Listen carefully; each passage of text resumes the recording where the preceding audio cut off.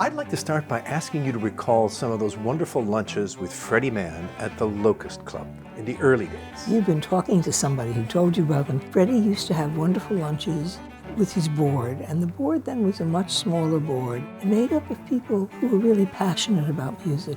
And we would meet once a month. Freddie paid for lunch, and we would meet down in the basement.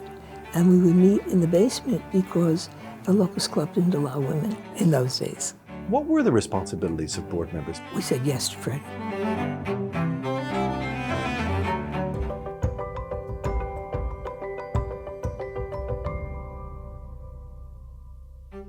The Mann Center, as we know it today, opened in 1976, but your history goes back to the Robin Hood Dell days. You started attending concerts probably not long after you moved to Philadelphia, right? We used to go to all the concerts. I mean, they were wonderful. We would call up about a half hour before the concert began and we'd say, "Do you have any seats?"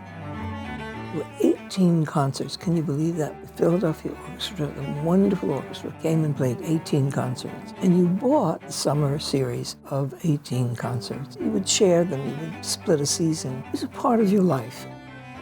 The music director of the Philadelphia Orchestra in those days was Eugene Ormandy. Even Ormandy had a real dedication to the Mann Center. Do you recall maybe some of the wonderful young performers? We had so many people coming down to Philadelphia at the time. Rostropovich and Perlman and Zuckerman, and Rubinstein, and it was amazing. Van Cliburn played at the Mann, and then he retired for about a 10-year period of time. And his debut, coming back to play at any venue in the country, and he chose the Mann Music Center.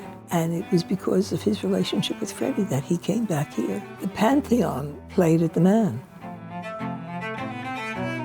Do you have particular evenings that you remember at the Mann? Philadelphia Orchestra played the score, and they did West Side Story, and it was magical. It was one of those evenings, and the music was exquisite. The orchestra was wonderful, and it was beautiful.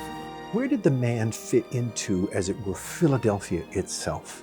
It was a wonderful creature, and it fulfilled Freddie's idea of having the Philadelphia Orchestra more accessible. But there you were under the stars, and you went with your friends, and you listened to wonderful music.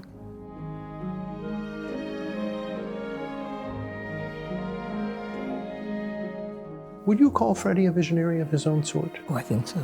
A lot of things that you don't think of at the time, they happen, and you're part of them.